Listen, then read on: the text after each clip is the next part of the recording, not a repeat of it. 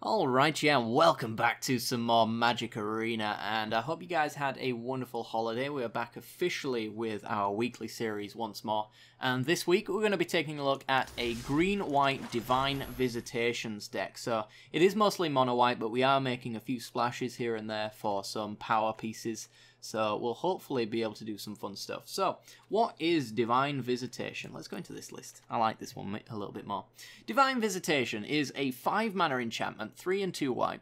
If one or more creature tokens would be created under your control, that many 4/4 white angel creature tokens with flying and vigilance are created instead. So, the idea is that when we create a token, it makes a Sarah Angel, and the Sarah Angel is a very, very well-known angel right there.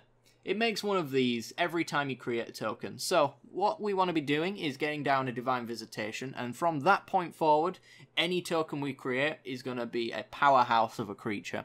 Not to say that this is a powerhouse, but, I mean, when you think about how we're going to be making these, it's going to be quite the powerhouse. So, how are we going to be making these? We're going to be doing a lot of token generating, so we have things like Legion's Landing on turn 1. It's a really nice thing to lead off with as well. When it enters the battlefield, you get to create a 1/1 Vampire Lifelink token, and when you attack him with 3 or more lifelink, 3 or more creatures, sorry, then you get to transform it into Adanto, the First Fort, which is a little bit of ramp as well, allows us to get our Visitation down early, but also the First Fort allows us to pay 3 and tap, so 4 mana total, to create a 1/1 white vampire creature token with lifelink. So that allows us to survive aggro matchups and things like that. Just having the lifelink is pretty amazing.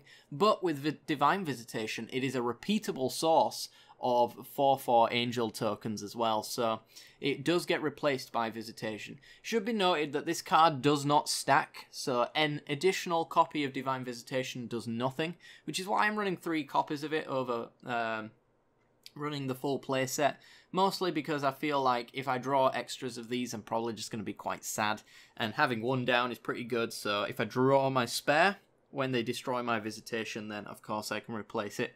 But I'm not going to be too upset if I draw my spare if I have 3 copies, as opposed to if I have 4 and I'm seeing them off the top constantly. So, something to be aware of. In addition to Legion's Landing tokens, we're going to be making them using Sworn Companions, which is a 3-mana create 2 1/1s. It's kind of just a spare flex slot in here. I'm testing it out to find out whether or not it's worthwhile or not. But for now, it seemed to be quite good, so that's one option. The premier 3-drop token creator, though, is History of Benalia. Most of you will be aware of this. I won't waste too much time on this one. It's a 3-mana enchantment that creates 2 2/2s, and then on the 3rd turn that it sticks around, it turns those 2/2s into +2/+1s, so 4 3s attacking with Vigilance. That is super powerful. And if you combine that with Visitation, it's going to create 8 power worth of creatures over 2 bodies for 3 mana, so it really just exponentially grows at that point. It is just stupid. It's pretty sweet though. Also, we have Dawn of Hope, my favourite combo. I do include this in a lot of lists, mostly because it absolutely takes a dump all over control matchups. Dawn of Hope is a 2-mana mirror breaker for control. So whenever you gain life, you may pay 2 mana, sorry. If you do, you get to draw a card. So it's a card advantage engine against Demir, the discard decks. Then you get to draw additional cards per turn, so it doesn't really matter that your hand is being discarded, because you'll probably have options nonetheless. But also, you get to pay 3 and a white to create a 1/1 white soldier token with lifelink. So the lifelink allows you to trigger the top half of Dawn of Hope, but it also is a repeatable source of a threat as well. So if we can get this down on turn 2 underneath the counter spells from control, that is usually just game a lot of the time. Dawn of Hope is stupidly good. It's kind of like the Search for Azcanta in control mirrors as well. In that sense, whoever gets their Azcanta down and sticks it is likely to win, because Azcanta being flipped is stupidly good in a control matchup. So, in addition to Dawn of Hope, we also finish off the combo with Fountain of Renewal. This is a 1-mana artifact. Yet again, this is almost guaranteed to get under counter spells unless they're running spell pierces. It says at the beginning of your upkeep you gain 1 life, which triggers the top half of Dawn of Hope, which means as soon as turn 3, on every upkeep we'll be paying 2 life to draw a card. So it's a nice little mana sink. Against a control matchup, we don't really mind that we're tapping out early, because we're not really going for the early game aggression at that point. We're just kind of trying to out-card advantage our opponent and draw into the things that allow us to interact with our opponent's spells, like our Conclave Tribunals and some of our sideboard tech as well. But in addition to that, we can also pay 3, sacrifice it to draw a card as well. So if we have too many of these, or our opponent goes for a Cleansing Nova, then we are able to crack this for at least a little bit of value. We also have many ways of protecting ourselves as well. We have 4 copies of Seal Away. This is here for Drake matchups, so Enigma Drakes and Crackling Drakes and Niv Mizzets. All of those swinging in allows us to take care of those. Also, against the Golgari matchups, it's pretty reasonable. It's not the most powerful thing in the world, because they do, of course, have the Vraskas and Assassin's Trophies, so they can deal with these. It's not amazing against them, but we do have some sideboard stuff to take out instead. But one PowerPoint of it really is the fact that it doesn't actually put the creature into the graveyard. It sticks them in exile, which means finality doesn't get to pull back the superb value that that deck is known to have. So it's basically just going to encourage some minuses on some Vraskas, which maybe means that our Tribunals and our Ixalan's Bindings in our sideboard are gonna hit the Planeswalkers without them getting too much value anyway. Also, speaking of Tribunal, Tribunal is our removal spell for basically anything that is not a creature. 4 mana for an enchantment. It also has Convoke as well, which means we can tap creatures to pay for this spell. So if we do have our turn 1 Legion's Landing, we can get this down on turn 3, which is pretty nice as well. Basically allows us to get whatever we need at that stage. Our opponent shouldn't be expecting a turn 3 Tribunal all that much, so who knows. Anyway, when it enters the battlefield, you get to exile target non-land permanent opponent controls until Conclave Tribunal leaves the battlefield. So this is our way of dealing with Planeswalkers, enchantments, and artifacts. We can also deal with some problem creatures as well. In the case of Drakes, which is my favourite deck of all time, you actually get to take care of Niv Mizzet without Niv being able to draw a card from your removal spell. So there are, like, if you were to go with, like, a Settle the Wreckage to take care of Niv, because it's an instant, they get to draw a card. With Conclave Tribunal, using enchantments as well, it's a great way to stop them from getting that little bit of advantage. So it's quite nice there. We also have Settle the Wreckage to protect ourselves as well. Because we don't want to be wiping our own board with things like Cleansing Nova, we have to have a one-sided board wipe. Settle the Wreckage is our answer to that. So 4 mana for an instant speed board wipe. Exiles all attacking creatures target player controls. That player may search their library for many basic land cards, put them onto the battlefield tapped, and shuffle their library. So the downside is that we do ramp our opponent, but hopefully the attack that we'll get in will be devastating enough that we should be able to recover from that all the same. It's really nice as well against red decks as well, because they love to attack in with absolutely everything. So in the first few turns that we'll be having renewals gaining as life, we'll be sealing away little creatures here and there.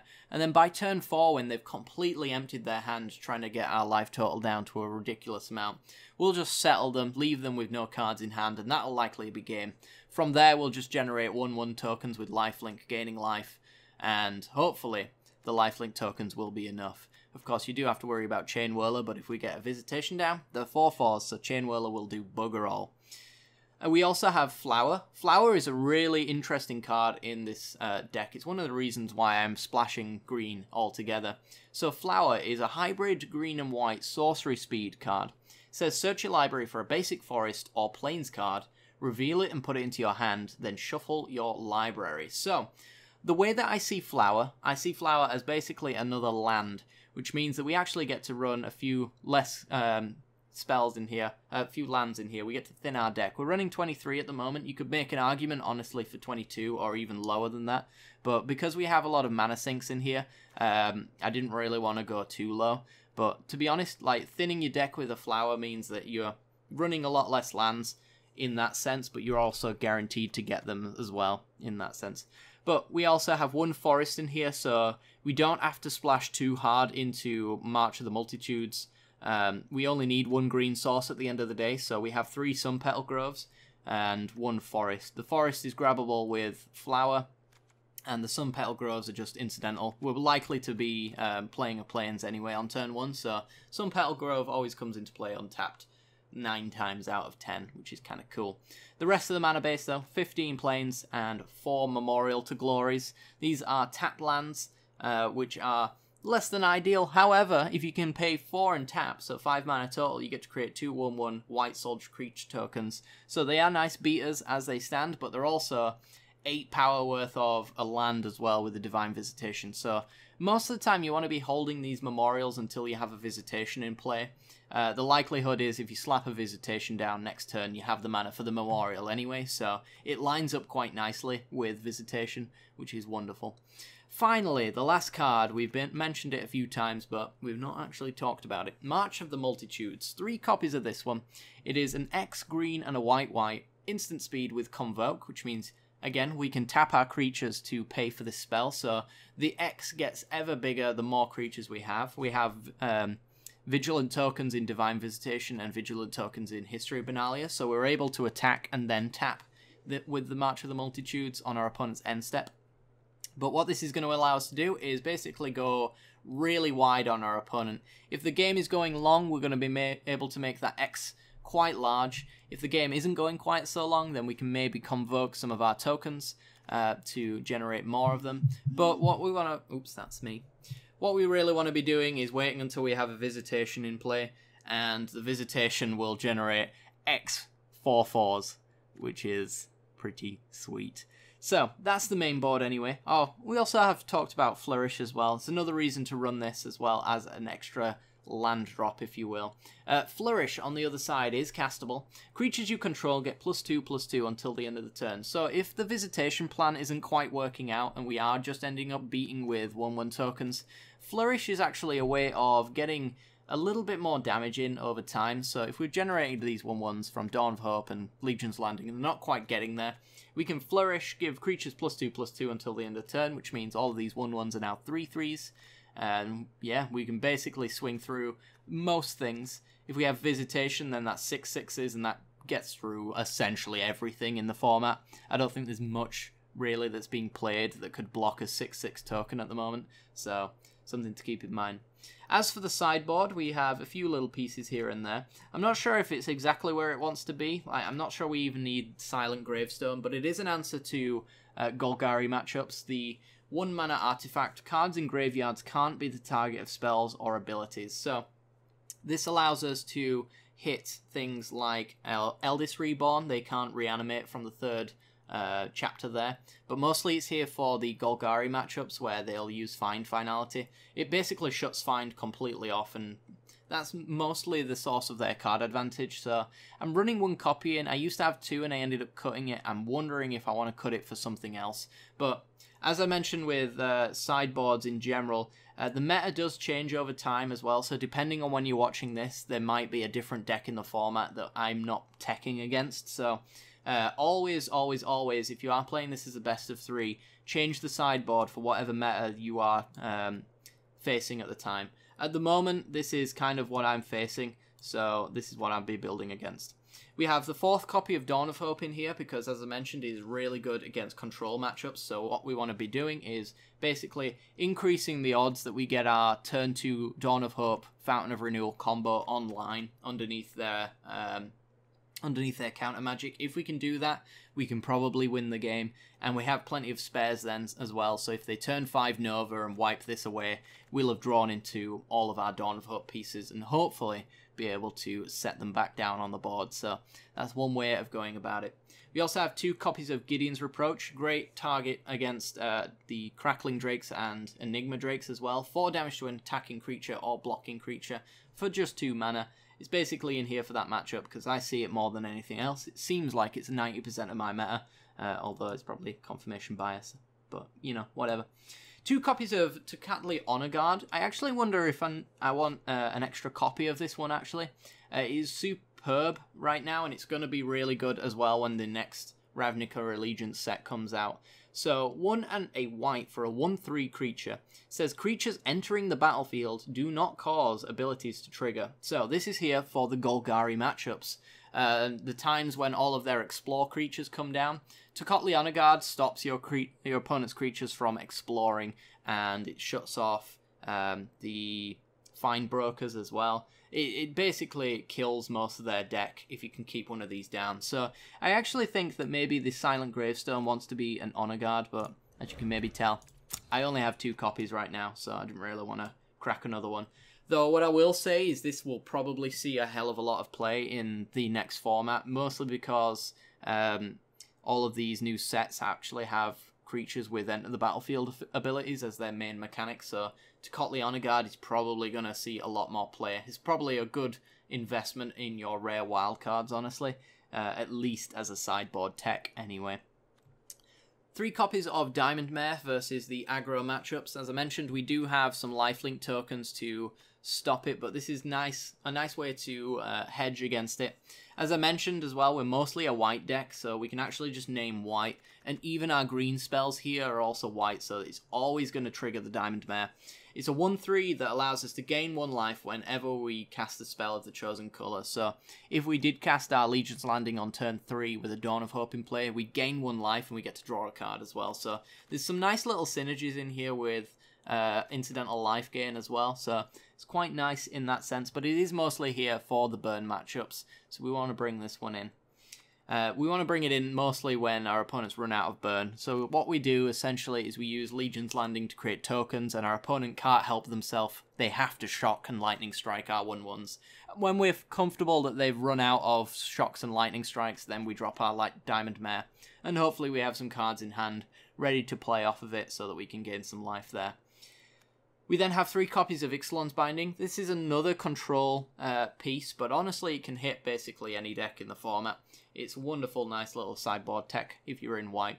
4 mana for an enchantment. It's effectively Conclave Tribunal without the Convoke. However, it does have an additional little bit of an effect here. It says your opponents can't cast spells with the same name as the exiled card. So against Drakes, my favourite deck in the format, we can actually hit this on an Enigma Drake or a Crackling Drake, and that's cut out a good chunk of our opponent's attacking force, which just basically leaves our hand full of Sealaways, Settles, and Conclave Tribunals at that point to answer the rest of their threats. So hopefully if we can get a binding down on one of those power pieces, it should allow us to just stockpile removal until the end of time. So pretty good stuff. 4th copy of Settler Wreckage for aggro decks as well. We really want to be surviving until turn 4 for that settle, as I did mention. So if we do come up against that aggro matchup, I want to ensure that I do have that turn 4 settle ready to go, and hopefully we can manage that.